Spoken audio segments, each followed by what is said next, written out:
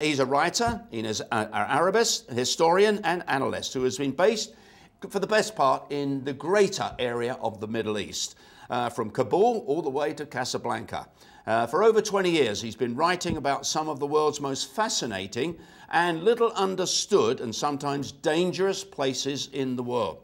An accomplished solo camel-powered Sahara explorer, these days he spends most of his time engaged as a freelance, a regional analyst and consultant.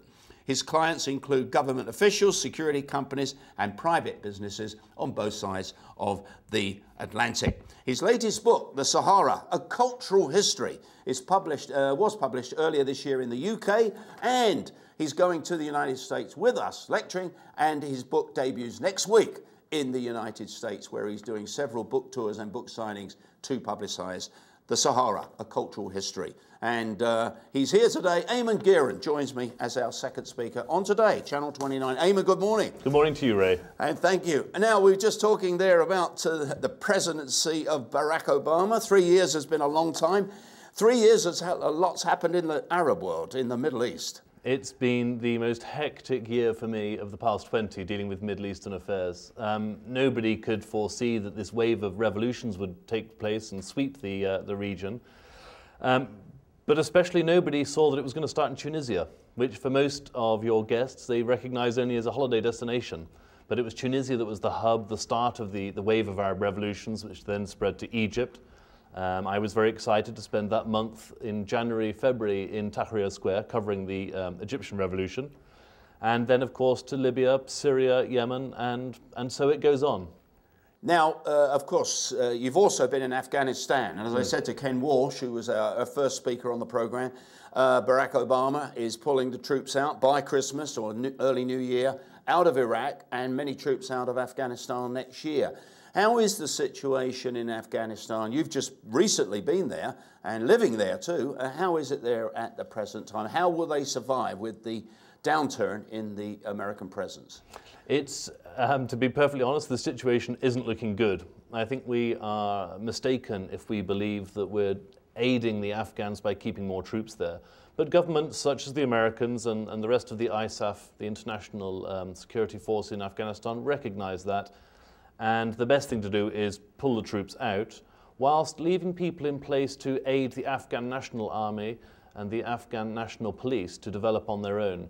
But frankly, the problems of Afghanistan are many and numerous, and they're really beyond our understanding, and we don't have the time nor the money, in fact, to sort these problems out as outsiders. It's got to be a local solution to local problems. Well, it's not only the last 2 or 3 years, it's been going on for donkey's years, Afghanistan. Yes. I mean, for over the many years, before the US and NATO troops were involved, Russia was involved in there, and Absolutely. A long way before that. Absolutely. I mean, the ordinary Afghans that I spoke to, some charming people. I mean, really, the vast majority of them want peace, but they've had instead 30 years of war. 30 years. Imagine we talk about World War II and how that lasted for over 5 years, but imagine living with that sort of situation for 30 years. That's the lifetime of many people.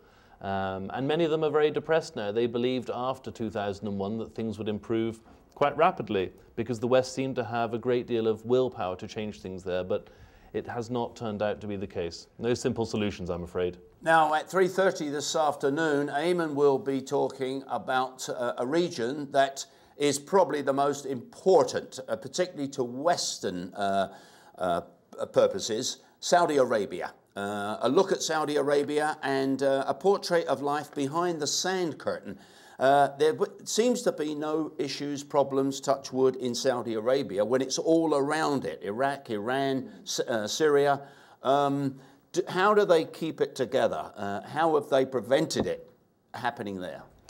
There are a lot of answers to that. It's not, and again, it's not a straightforward answer to offer. But I would say that in Saudi Arabia, things aren't perhaps as stable and secure as people on the outside might think. And in my presentation this afternoon, I will be drawing on some of the issues that Saudi society has to face. Not just the question of women's rights and the lack of representation in politics that ordinary people are clamoring for, but also the possibility of power struggles within the royal family. They're intervening in places like Bahrain, using their troops overseas. Saudi Arabia is not as stable as we might like to think. And for the West in particular, as you said, Ray, this is very serious, particularly because of the importance of the oil reserves they have. You know, we've got to tread very carefully. Obviously, it's another foreign sovereign nation, but we need them almost as much as they need us. Well, you mentioned about the oil, the leading oil exporter in the world, Saudi Arabia. Everybody's aware of that. Of course, the big news media seems to put all the blame in the region on Iran. Now, is there any truth in that, do you think? Or is there pockets going into Afghanistan from Iran, into Syria, into the locations where all this uprising is going on? It's very important to remember that for centuries, Iran, or Persia as it was the most important empire in the Greater Middle East. And I use the term Greater Middle East simply because Iran, as a non-Arabic speaking nation, as a Persian speaking nation, isn't technically part of the Middle East. So Greater Middle East covers Iran and Afghanistan beyond it. And yes, Middle East analysts such as myself, we are constantly looking for that Iranian elephant in the room. They have their fingers in Afghanistan. They certainly have involvement in Saudi Arabia, particularly in the east of the country where the majority of the oil is. In Syria, Lebanon, and of course into Israel, the Iranian fingerprints are all over the region. And it's very difficult to disentangle Iran from what's happening domestically in any of these countries. So when people say, well, why did we go into Libya and not into Syria? Quite simply, it's because we could do something about Libya. It wasn't a clean campaign necessarily. It went on longer than most people would have liked. But in Syria, quite frankly, the West can't afford to get involved because it's too complicated with Israel, Lebanon, and the wider Middle East. All right. Well, we're talking to Eamonn Gearon. You're watching the Today Show on Channel 29 here on the Queen Mary 2 broadcasting channel. Now, let me put you one last question. The relationship that seems, and it's not a relation, the non-relationship that seems to absolutely embody what is happening in the Middle East and is the real source of everything is the Palestinians and Israel. Do you ever see that ever being solved in any way?